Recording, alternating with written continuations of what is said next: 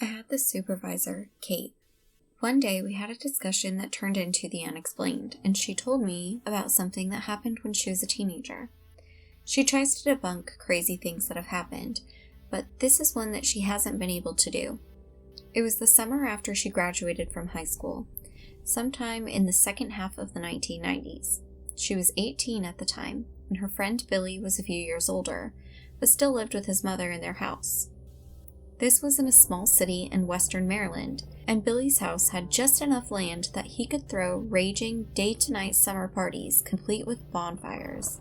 At the same time, they weren't totally isolated, and random people from the surrounding neighborhoods would show up to his parties all the time.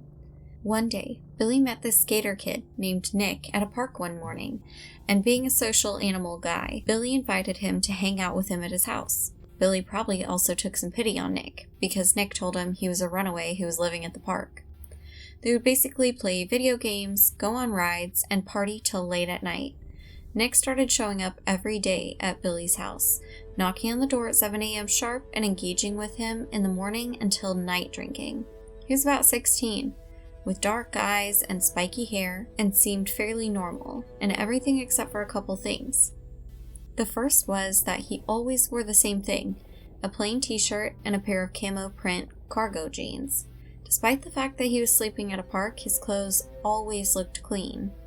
The second is that he was never really seen eating or going to the bathroom, despite the fact that Nick was drinking heavily with Billy.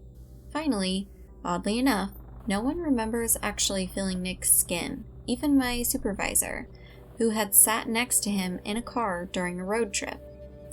She hung out with Billy and Nick at Billy's house 2 times, and each time she and her friends felt like something was very off with Nick, especially when he would give off this laugh that just sounded very evil and maniacal.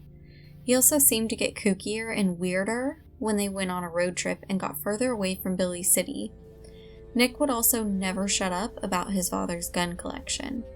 Finally, Billy's hospitality reached its limits. After 2 weeks of waking Billy up at 7 a.m. to go party, Billy snapped at Nick at his front door. He said, "Look, you've been coming around here every morning for 2 weeks. You're waking up my mother who's trying to sleep. You really need to go now. Please come back later."